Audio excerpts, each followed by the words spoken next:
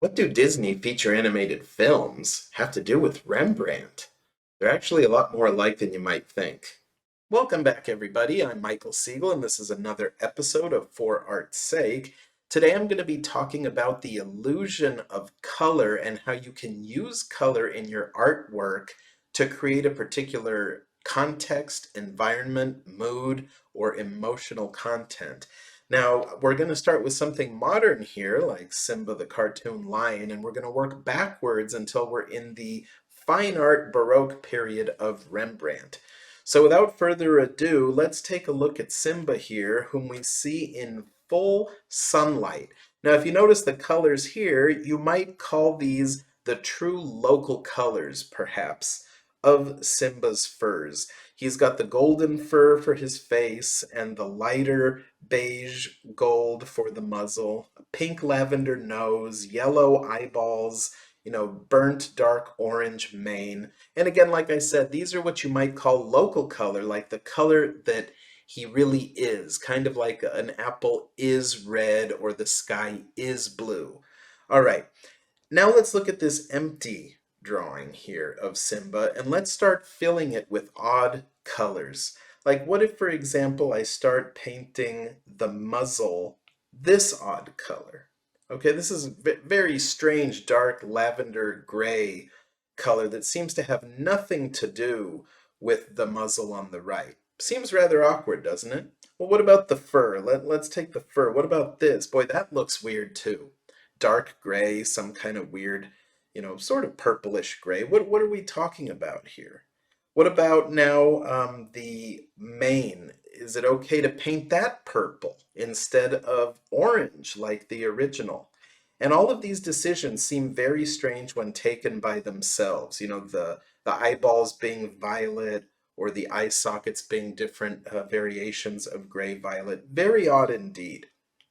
When we start piling these things up together, it's not until you actually give it all context, okay? Once you put this in the night sky, suddenly everything looks correct. Suddenly his fur looks yellow. How is that possible? Suddenly the mane doesn't look oddly violet, but believably orange, etc. Now, this is the power of environment when it comes to color. A lot of what the artist is supposed to do in general is to not just consider the local color of the object, but rather consider the context that it's in, the environment that it's in, and how that affects the local color. Now, if you just paint pure local color, what you get honestly is something a little bit cartoon-like. It kind of lacks environment, and so it's just a statement of what is, and that's actually not as interesting as putting a context or environment onto the work.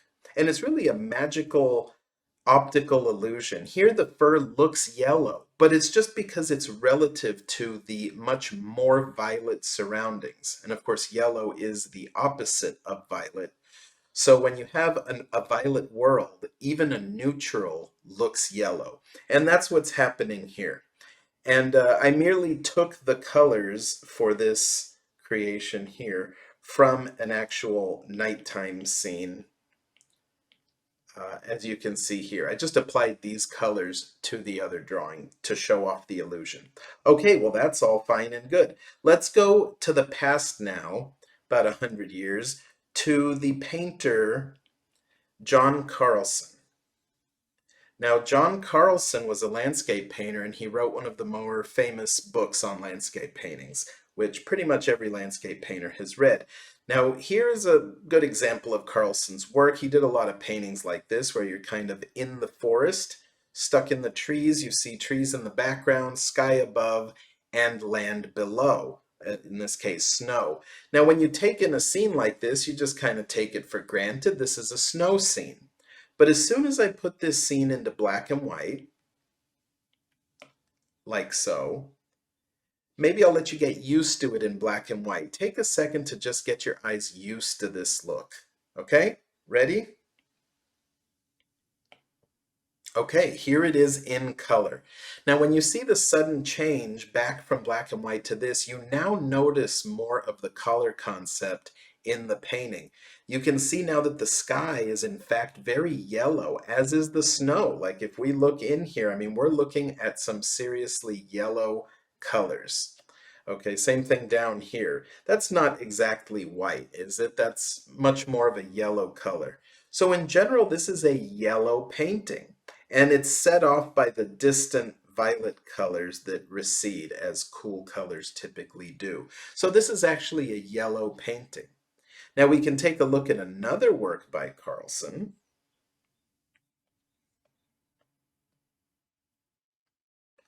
Right here. Now this is a very similar setting, right? We're in the trees, we see sky above, snow below with the trees in the background. And I'll put this one into black and white. Okay, here is the desaturated version of that same painting. Take it in, let the illusion wash over you for a minute until you're used to seeing it in black and white. Now I will open up the color. Okay, it's a subtle color in this one. I mean, it's a very neutral painting, but if anything, it leans towards the blues and the lavender. If you look at the snow now, you know, that is not exactly white, but it is leaning perhaps somewhere towards the blue.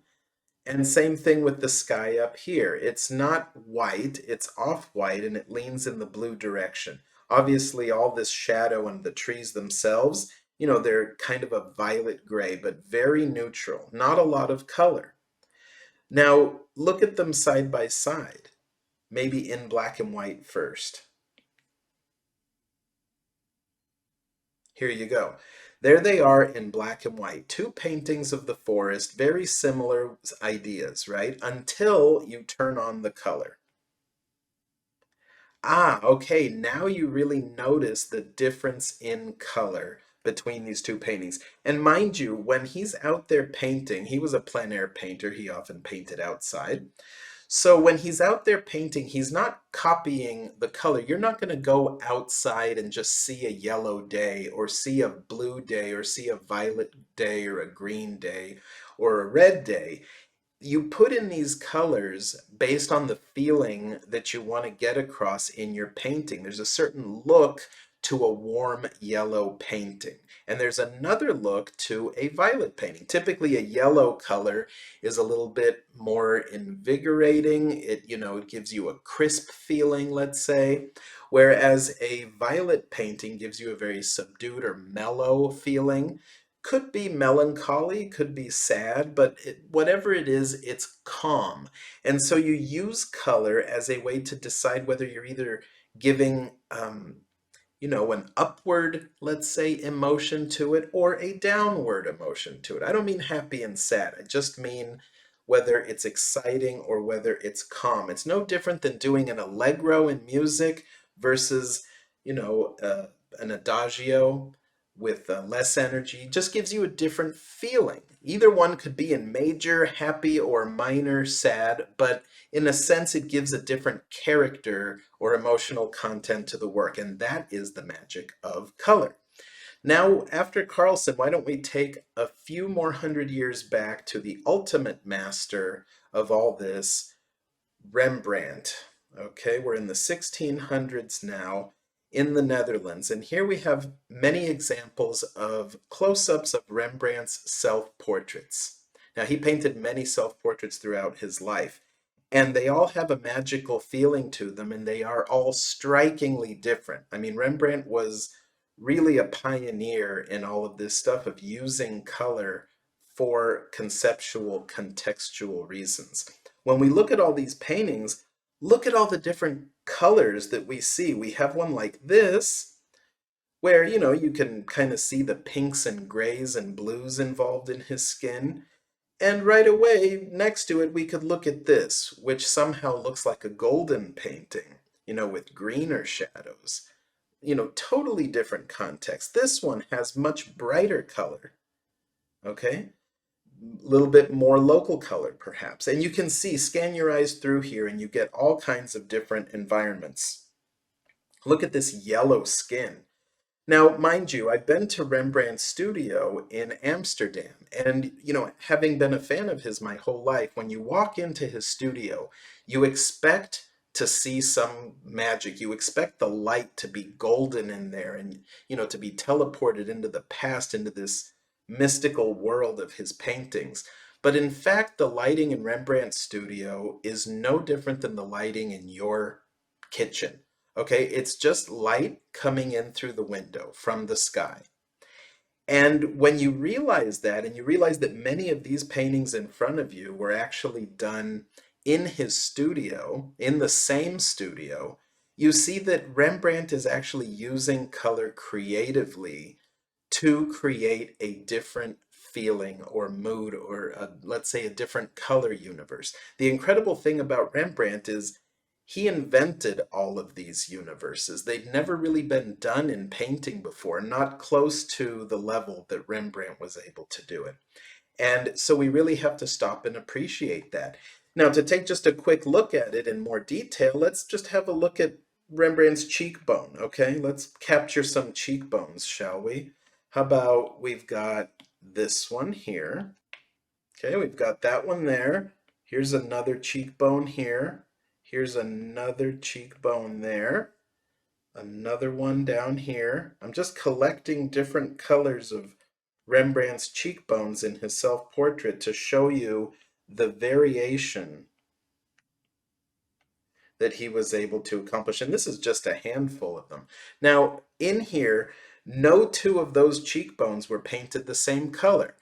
So you realize Rembrandt isn't painting the color that he sees. He's putting it into a context, a lot like Simba the lion. Okay, he's creating a color universe in each painting and relating one color to another to give you that illusion that you're looking at illuminated skin in a certain color environment. The color of the light source feels different. The color of the background or environment or air feels different. And even the color of the veiled shadows feels different. And these environmental factors are the things that rule color in a painting. Now, this is what I like to call the macro view of painting, the macro view of color in a painting. This is how you use color when you're considering the entire artwork. Now, when you get down to the individual forms and the turning planes, you use color as a way of showing the topography, of the sculpture or sculptural element that you're trying to illuminate, like a face or like fruit in still life or even like the land in landscape. And I'll do another video on the use of color in that micro way. But I hope you've enjoyed this lecture on color, and I hope that it helps you with your artwork. I'll see you again. If you enjoyed this lecture and want to see more like it, I plan on making many episodes, so please do not forget to like and subscribe.